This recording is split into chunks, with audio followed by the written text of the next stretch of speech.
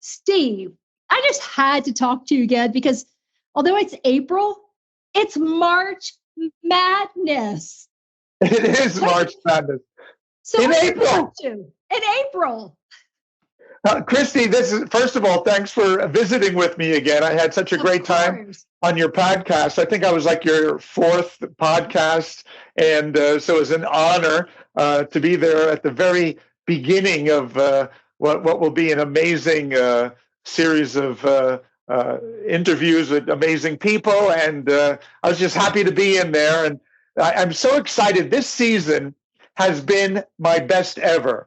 I probably mentioned that this is my 21st year doing basketball halftime shows.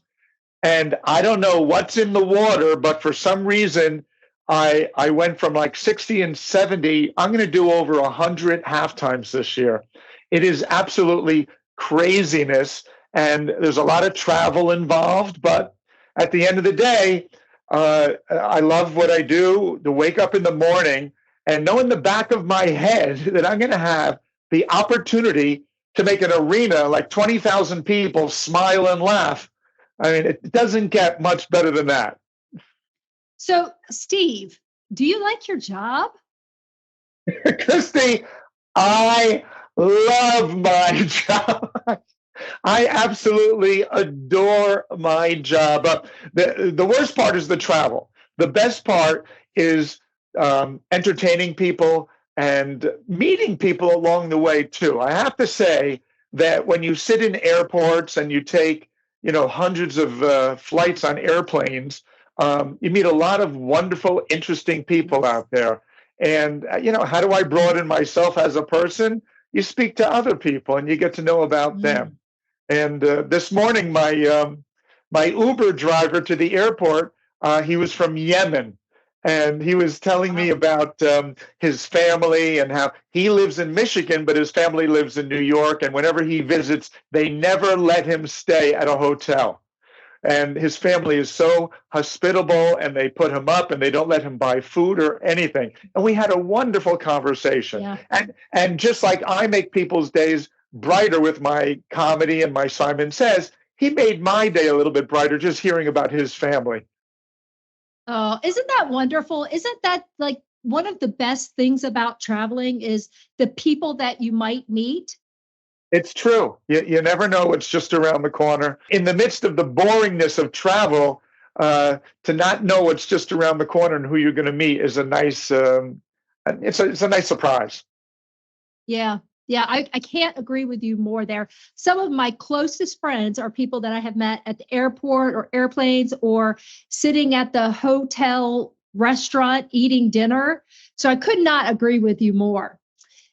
So I want to ask you, can you explain to those of us who aren't so up to date on all things NCAA basketball, why this March Madness thing is such a big deal? Well, first, I have to say, Christy, you as a woman athlete, this is the year of the women's basketball teams. They have taken women's collegiate basketball to new heights, giving them an awareness, not only in the country, but around the world. And it has to do with some superstars like Angel Reese, who's with LSU, and of course, Caitlin Clark, who set all types of crazy scoring records this year. She's sort of like the Steph Curry of women's collegiate basketball. She hits three-pointers not just behind the line, but 5, 6, 7 feet behind the line, and even from the logo at center court. She is a phenom. She has single-handedly taken viewership from the hundreds of thousands of viewers, maybe who are watching, to the multi-million of viewers for these games. And it is a boon for collegiate sports in general, specifically women's collegiate sports. And what's exciting is her team, the Iowa Hawkeyes, won last night. And they beat LSU last night, who beat them last year. So there's a nice rivalry going on. And now they're in the Final Four. And I always to see a happy ending, to see a story progress. And Right. everyone, the main gripe or complaint about her is, even though she's the highest scorer in collegiate history, both men and women, which is amazing, but she's never won a national championship.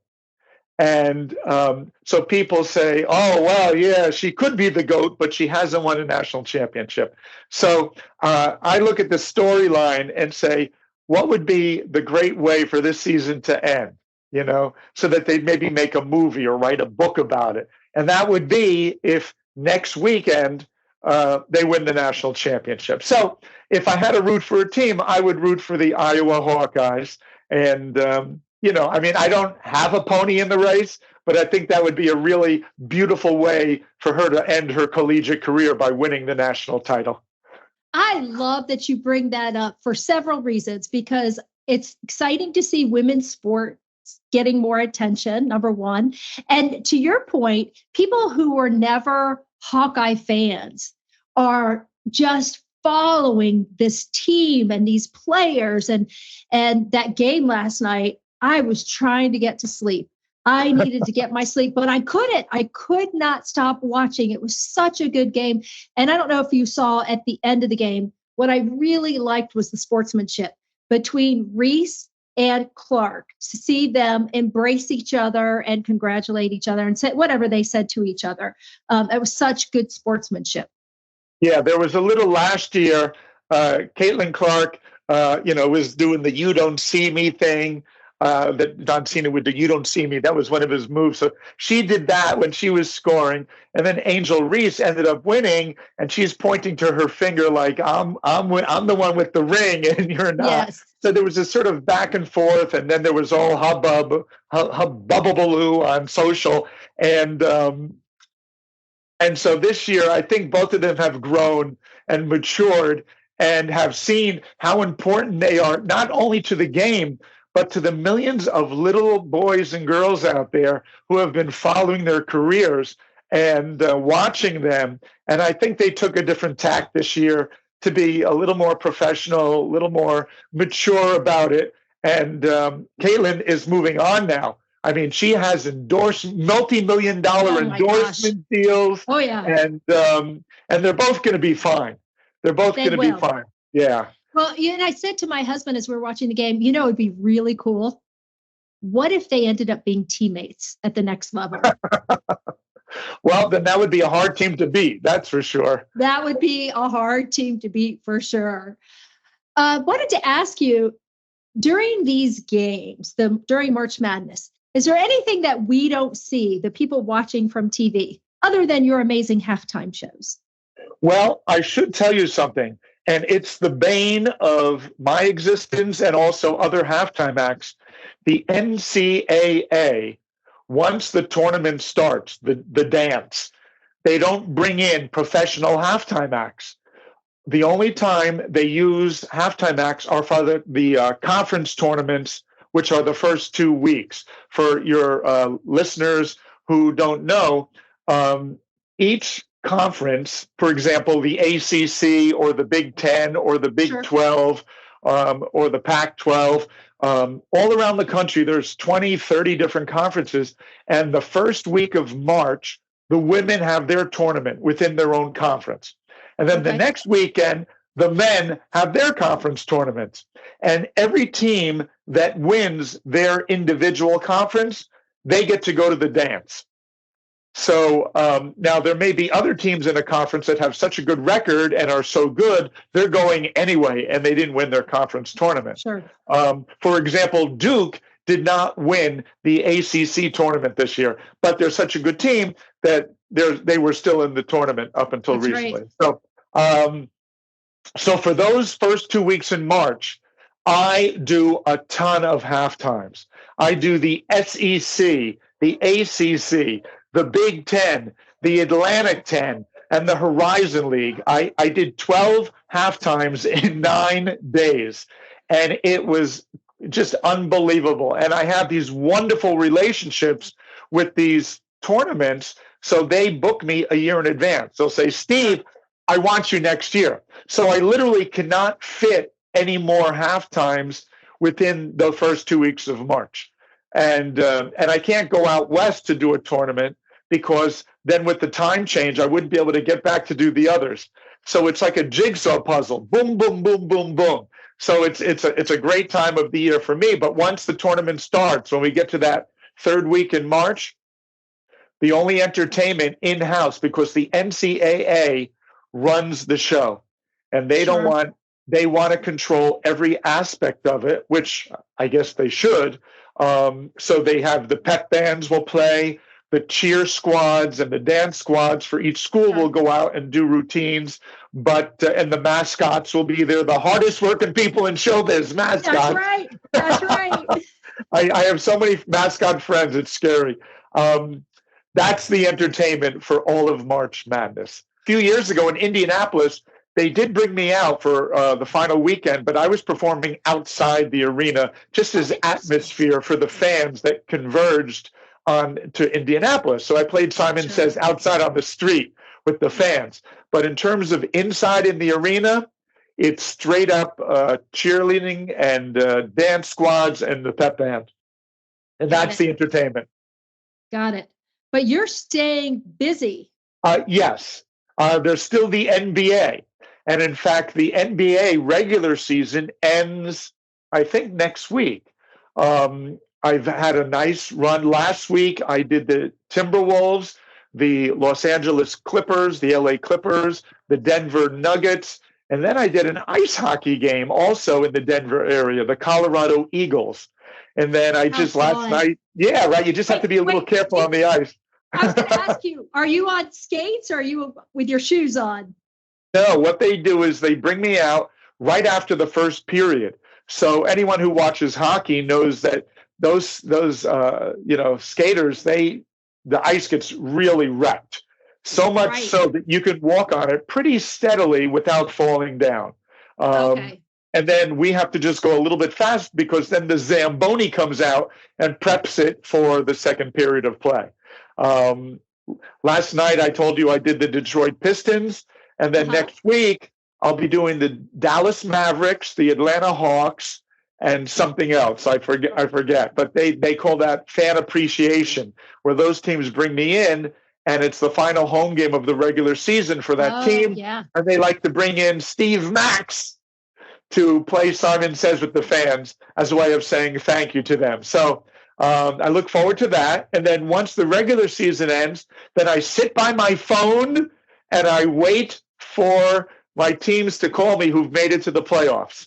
You know, I thought you were going to say you go home and you take a nap and you sleep until the phone rings or something.